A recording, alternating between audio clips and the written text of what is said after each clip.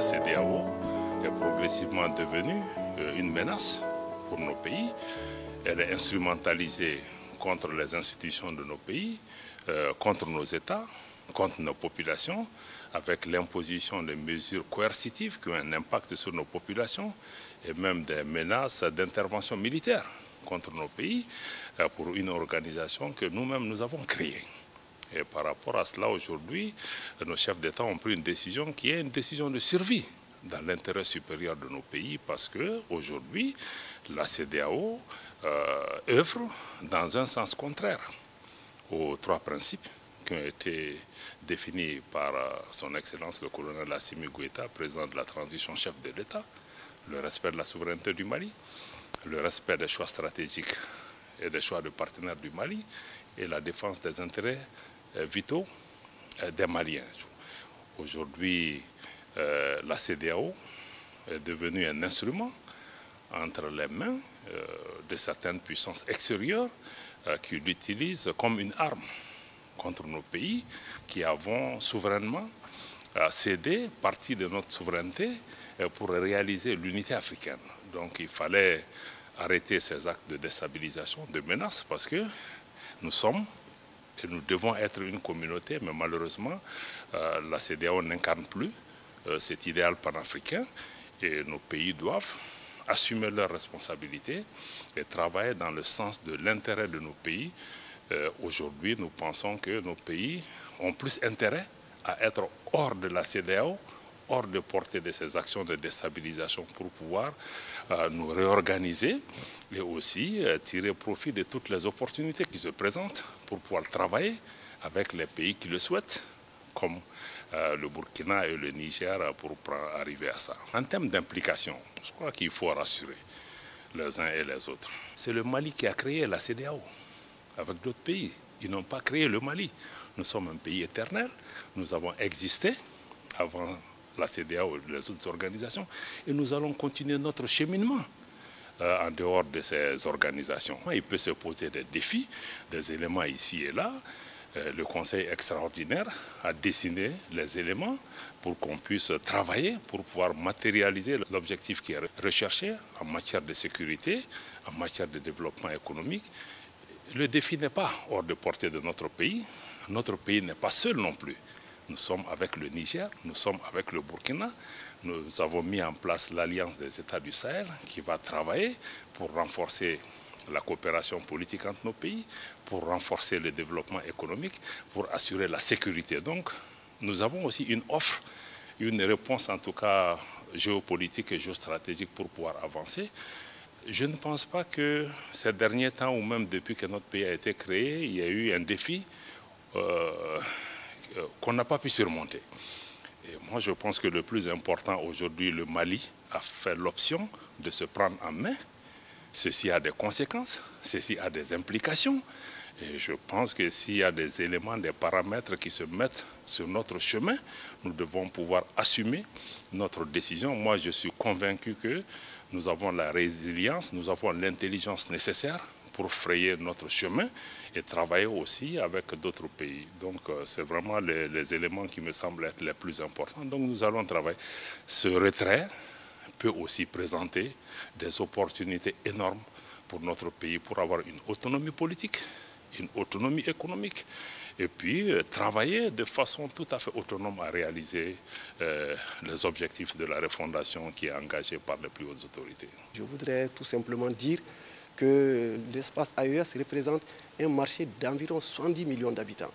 Cet espace regorge de beaucoup de possibilités, de potentiel en termes d'agriculture, en termes d'énergie, dans tous les secteurs. Nous avons un avantage comparatif certain et le fait de se retirer nous permet aujourd'hui de développer un marché intérieur, d'assurer une croissance à partir de cette économie intérieure que nous avons plus facilement la possibilité de développer aujourd'hui. Si nous prenons les impacts au plan financier à court terme, nous allons dire que le Mali sort très gagnant de cette affaire. Quand vous regardez au plan commercial, la balance commerciale du Mali est déficitaire avec la zone CEDEAO UMOA. Nous avons à peu près 59% de nos importations qui viennent des pays de la CEDEAO, y compris l'UMOA, et nous avons 20% de ces importations qui viennent des pays de la CEDEAO hors UMOA. Donc quand nous regardons les exportations, toutes nos exportations sont presque tournées vers les pays hors la CEDEAO, parce que le Mali exporte essentiellement de l'or, le coton, les intrants, et seul le bétail sur pied, le bétail qui est exporté vers les pays de la CEDEAO, et l'exportation globale vers les pays de la CEDEAO représente environ 19% des exportations. Ce qui veut dire que le Mali a à peu près un manque à gagner de 120 milliards aujourd'hui du fait qu'il est dans la CEDEAO. Parce qu'il y a le tarif extérieur commun, qui est le tarif qui est appliqué sur toutes les importations. Et c'est un taux de 18% qui s'applique. Donc tout ce qui est taux de droit de douane qui est aussi entre 65 et 45% selon la nature des différents produits, on ne les applique pas. Ce qui fait que le Mali important plus de 70% de cette zone, le Mali ne bénéficie pas, donc on a un manque à gagner d'environ 120 milliards. À l'inverse, nous exportons en dehors de la zone, ce qui fait que nos exportations ne bénéficient pas de ce tarif extérieur commun. Les pays de la CEDEAO hors UMOA représentent à peu près 125 milliards et les pays de l'UMOA 120 milliards. Ce qui fait que le Mali restant dans l'UMOA, on a un manque à gagner net de 21 milliards du fait que nous sommes dans la CEDEAO. Et si nous quittons la CEDEAO, le budget va automatiquement sentir un accroissement de 21 milliards. Les autres avantages que nous avons qui sont assez énormes, c'est que le Mali étant avec les deux autres pays, des pays de l'Interland, tout l'investissement direct étranger s'était concentré vers les pays dans les côtes. Parce que c'est plus facile de s'installer là-bas à cause de la mer, donc les produits qui viennent par les ports, etc. Et étant donné qu'ils sont dans ces pays, ils vont bénéficier du tarif extérieur commun. Donc nos marchés sont inondés de produits dont les entreprises sont installées dans d'autres pays. Donc tout ce qui est valeur ajoutée, tout ce qui est emploi, etc., bénéficie de ces pays.